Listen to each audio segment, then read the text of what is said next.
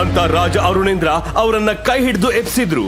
ರಮಣ ಮಹರ್ಷಿಗಳು ತಡ ಮಾಡದೆ ಧ್ರುವನ ಕಡೆ ಬಂದು, ಕಂಟಕ, ಅತಿ ಕ್ರೂರವಾದ ಕಂಟಕ, ತ್ರಿಕೂಟ ರಚನೆಯ ಕರಿನೆರಳು ನಮ್ಮ ಸಾಮ್ರಾಜ್ಯದ ಮೇಲೆ ಬಿದ್ದಿದೆ. ಇದು ಅನಿಷ್ಟದ ಮುನ್ಸೂಚನೆ. ಯುವರಾಜ ಧ್ರುವ ಯಾವುದೇ ಕಾರಣಕ್ಕೂ ಅಂಬಾಲಿಕೆಯ ಸವಾಲನ್ನು ಸ್ವೀಕರಿಸಬಾರದು. ಅದರಿಂದ ಅವನ ಜೀವನಕ್ಕೆ ಅಪಾಯವಿದೆ ಅಂತ ಹೇಳಿದ್ದನ್ನ ಕೇಳಿ ರಾಜ ಅರುಣೇಂದ್ರ ಚಿಂತೆಗೆ ತುಪ್ಪ ಸುರಿದಂತಾಯ್ತು. ಅವರು ಭಯದಲ್ಲಿ ಮಹರ್ಷಿಗಳನ್ನೇ ನೋಡ್ತಾ ನಿಂತರು ಮತ್ತು ಮಾತನ್ನ ಮುಂದುವರಿಸಿದವರು, ಮಹಾರಾಜ, ನಾನು ಹೀಗೆ ಹೇಳುತ್ತೇನೆ ಎಂದು ತಪ್ಪು ತಿಳ್ಕೋಬೇಡಿ. ಧ್ರುವನ ಜಾತಕದಲ್ಲಿ ಮೃತ್ಯುಕಂಟಕ ಕಾಣುತ್ತಿದೆ. ಅದಕ್ಕೆ ಕಾರಣಕರ್ತರು ಇಲ್ಲೇ ಇದ್ದಾರೆ. ನಿಮ್ಗೆ ನಿಮ್ಮ ಮಗನ ಪ್ರಾಣ ಮುಖ್ಯವಾದಲ್ಲಿ ಈಗಲೇ ಅಂಬಾಲಿಕೆ ಮತ್ತೆ ಅವನ ನಡುವಿನ ಸಂಬಂಧವನ್ನ ಮುಂದುವರೆಯಲು ಬಿಡಬೇಡಿ ಅಂತ ಹೇಳಿದಾಗ ಅಂಬಾಲಿಕೆ ಸಿಟ್ಟಲ್ಲಿ ಮಹರ್ಷಿಗಳ ಮೇಲೆ ರೇಗಾಡ್ತಾಳೆ. ಏನ್ ನಿಮ್ ಮಾತಿನ ಅರ್ಥ ಮಹರ್ಷಿಗಳೇ?